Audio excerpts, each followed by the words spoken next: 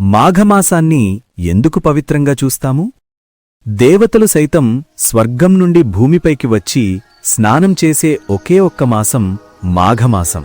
ఈ మాసంలో సూర్యభగవానుడు మకర రాశిలో ప్రవేశిస్తాడు. సూర్యుని గతి మారినప్పుడు భూమిపైన దైవశక్తి పెరుగుతుందని శాస్త్రాలు చెప్తాయి.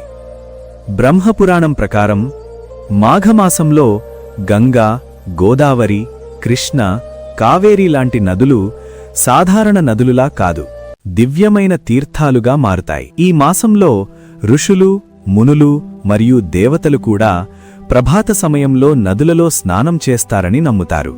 అందుకే ఈ మాసాన్ని సర్వ పాప వినాశక మాసం అని కూడా పిలుస్తారు.